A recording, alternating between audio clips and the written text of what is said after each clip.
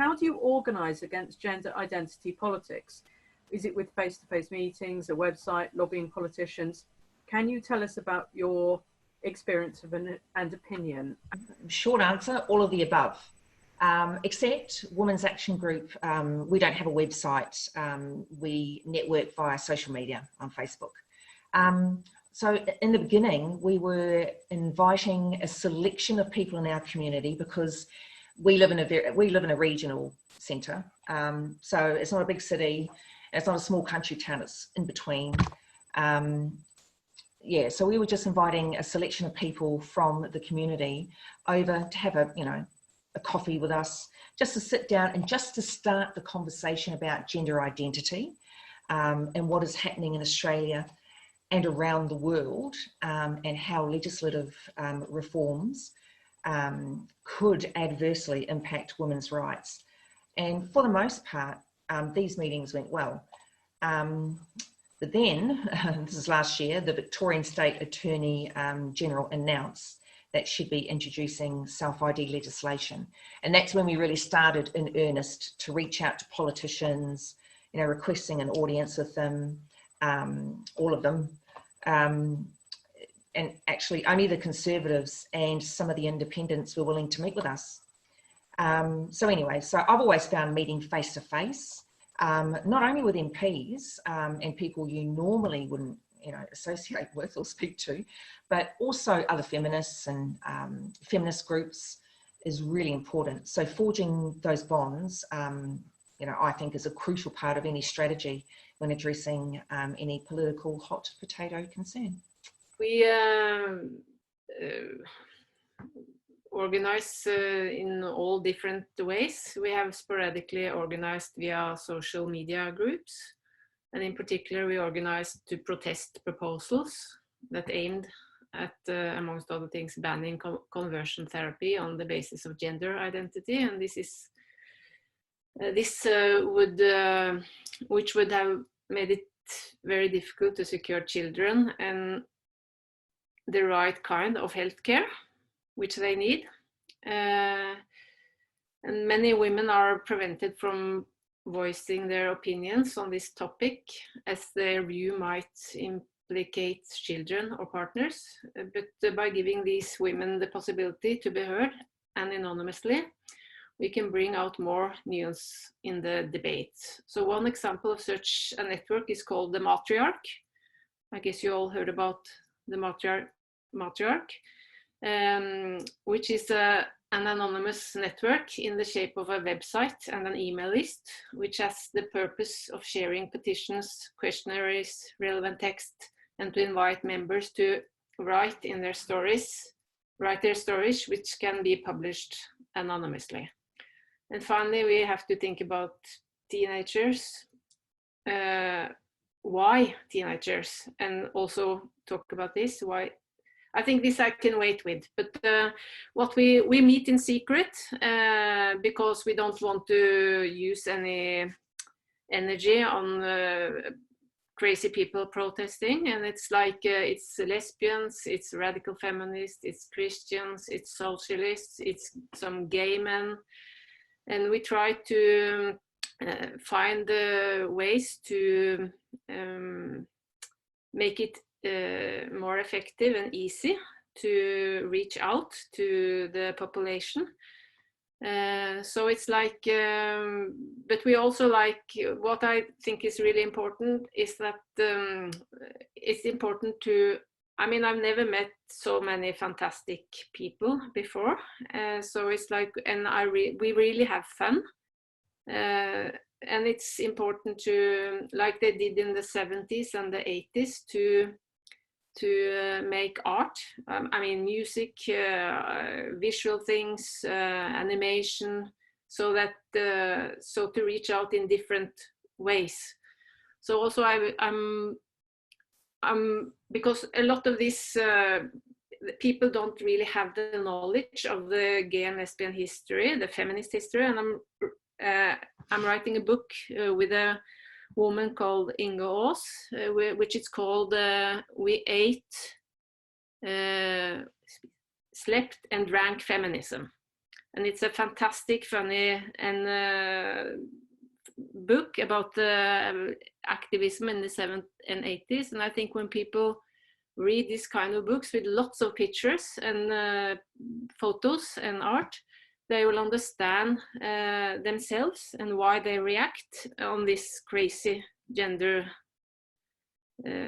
politics. And I think also to something that it's like we lost history in some way, and because we lost history, it wasn't written, we have to write it ourselves. It's easy to attack like they do. What is your opinion on the strategies that work so gender critical voices can be heard?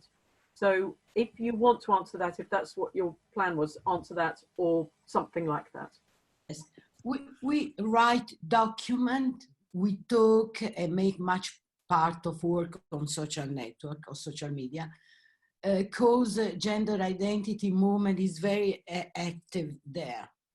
Probably it invests a lot of money in propaganda. We have no money to invest. We've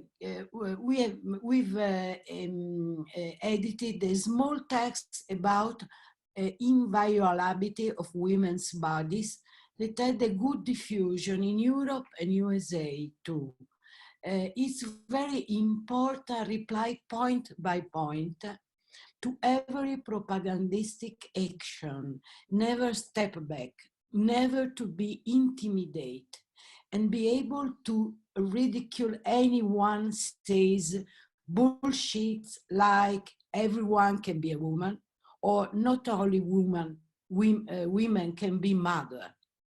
You have to be prepared to violence, insults, and every bullying, every type of attacks. But what can empower you is certainty that common people and common sense are on your side. Unfortunately, media mainstream are on their side. Mostly media of the left, and so left parties, as you know. Gender identity is a progressive issue, but now we are seeing that some breaches are opening. Power relationships are changing. Here in Italy, we can enjoy also Catholic Church support, but it is very important to establish right distances. In general, our goals don't coincide with church goals.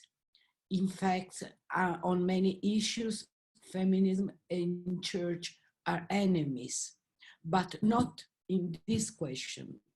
So we have the problem, difficult to solve, to use the church, but not be used by the church. As a group, Fresa, we have a website. We mostly organize, well, before the lockdown, we had face-to-face meetings regularly every 2 weeks. Now we have them through Zoom. We spread material regarding abolitionism and radical feminism, everything from translations, opinion pieces, and I don't know, even series reviews, everything that has to do with that. But on the other hand, loving politicians, that I don't think that works. Some of our members were previously affiliated with left-wing parties, but as we know, they don't really center the interests of women. It's just kind of like a way to get votes, and so that's why they left this party. So I don't think that's the way. Even though I do respect women that are trying to fight from inside the system, I do respect that, but for us, I don't think it's it's something that works. We're a small group, but it's getting bigger. We're about maybe 50 people, but there have started to new groups have popped up in Santiago, which is the capital, but also in other cities, which is good because Chile is a very centralized country, so everything is like mainly concentrated on Santiago. But I think it's great that more and more women are starting to speak out and not be afraid of saying, of like supporting radical ideas. And we have been working together too, like between the different groups. We also have a podcast, a late show. We have a lot of that sort of content. So also we're doing, I think next week we're doing an interview with a survivor of prostitution, because as most of the groups here in Chile, we organize something that's called Abolitionist May. So all this month we've been producing content related to that. So the final one would be the interview. Other collectives have done interviews too with survivors. The question of gender identity is very seldom referred to in the feminist movement in France. I can't think of any organization, group or individuals organizing against gender identity politics, sharing information, reacting on social media, yes, but organizing, not yet, really. In the lesbian area, we've known a few attempts of trans activists trying to take over lesbian organizations.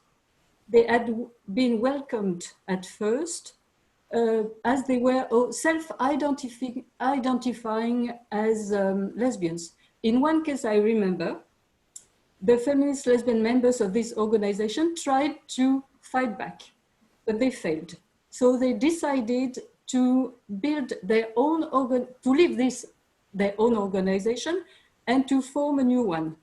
Other organization, in order to avoid this situation, decided to accept only biological women as members. Some years ago, as we wanted to raise greater awareness of that issue at our annual national lesbian meeting, we organized a workshop on gender identity and transactivism.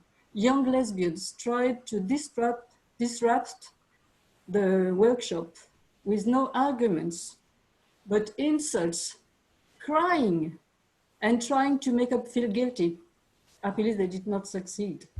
We also have evidences of lesbians being insulted and harassed by trans people, and also stories of young lesbians being caught up in this ideology and then getting back to being lesbian, simply lesbians, and being also able, that's interesting, to analyze what had happened to them. Recently, we've been called upon to raise this question of gender politics at a meeting of trade unionists and feminists. Other meetings should hopefully be organized after the lockdown. The declaration was I must say that the declaration was of great help to prepare the meeting. And of course, we largely spread the copy of the declaration around. We really hope to see a task force arise on this issue in France. But for lack of resources, being too busy on our core activism, which is lesbophobia, support to underground lesbian organizations, and surrogacy abolition, we cannot take the lead of it. Nevertheless, I think that sending the declaration to our MPs would be of great help, because they don't know nothing about that. They don't see what is behind it. And I think we could do that. Over the past, several years now, I guess particularly intensified over the last 2 to 3 years, there's been, there's been a lot of different approaches, what we could think of like a sort of tactical repertoire in terms of, lobbying of members of parliament, things like petitions, legal actions now, quite a lot of writing that's been done, different websites being set up, a lot of meetings organised by I don't know who would be familiar with the different names, but there's an individual, Venice Allen, who's organised a lot of meetings, Posy Parker as well, with Standing for Women, and Women's Place UK have organised a lot of meetings. So there's obviously been a big social media response, but there has also been a lot of in real life action going on as well, actions and protests and spectacles and speak outs and these kind of things.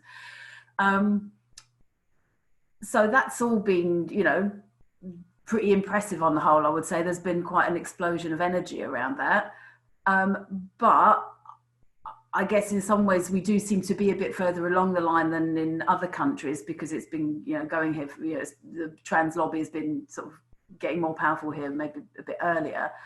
So I suppose from where I stand now, one of the things that has, I think, really been a problem in this country is that certain groups, in terms of like this, if we want to call it a gender critical movement, I don't really like that term, but anti-transgender movement, certain groups have been very well organized, and their kind of line has tended increasingly, I think, to become like I was saying before, like a new orthodoxy.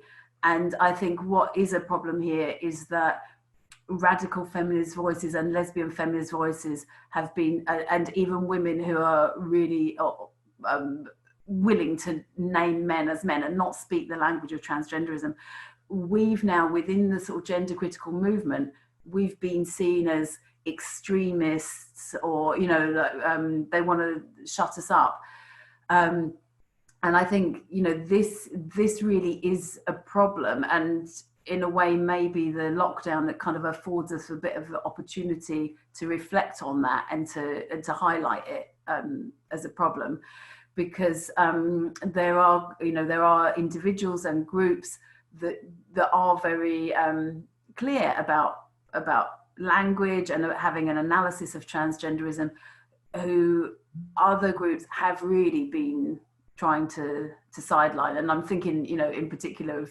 Sheila's work, Lesbian Rights Alliance, and some of us who have just, when we've been more direct, I'm thinking also, like, for example, when myself and Posy Parker challenged, this appalling, entitled, awful, powerful, influential trans activist in America from what's his name? Sarah McBride. His name's Tim McBride. He calls himself Sarah McBride. And, from a very influential organisation, the Human Rights Commission, and we challenged him directly. And then we were really vilified in this country for doing that. And I think this is where I think it is really important that we have a very clear understanding. It's not a very difficult understanding. We need to be clear of, when we see a man impersonating women and all the harms that come from that, we have to be very clear about that. But unfortunately, some of the gender critical voices who've become, really kind of been in the ascendant over the last couple of years, denounced us for, being, I don't know, bullying and harassing this man. Even though I think it was, it was absolutely necessary that we did that. It was really important that we did that. So what I actually am a little bit wary when I see these words like strategies and tactics and things like that, because the way they've often been used in the UK over the last couple of years has really been to actually try and shut women up, because what we've been told by some of these groups that have, I don't know, they're quite well organised, that and they've got a lot of media attention as well. And what they would say is, oh, well, when we go to have these meetings with politicians, we're going to use this language, and we always say we're in support of transgender rights because that's a tactic. But I don't think there's anything to be gained by saying things that we know not to be true. And if there are no such thing as transgender people, there's no such thing as trans women or trans men or anything else, why on earth would we want to shoot ourselves in the foot by saying I'm in favour of transgender rights? So I think that, you know, I'm sort of saying this by way of, I don't know, from what I hear, some of the other speakers, that you're not at this point yet. But I would say the most important thing as women is that we need to be truthful. We need to speak honestly and truthfully and be true to our own perceptions, because obviously transgenderism is not this new thing. It's a form of patriarchy, and it's not going to be won in just trying to persuade a few politicians, because actually the only answer to patriarchy is women's liberation. And by pretending and colluding with a pretense that there is this category of transgender people and they should have certain, you know, rights as transgender people, that's become this orthodoxy here that I think is just starting to be challenged. And I think it's really important that it is challenged.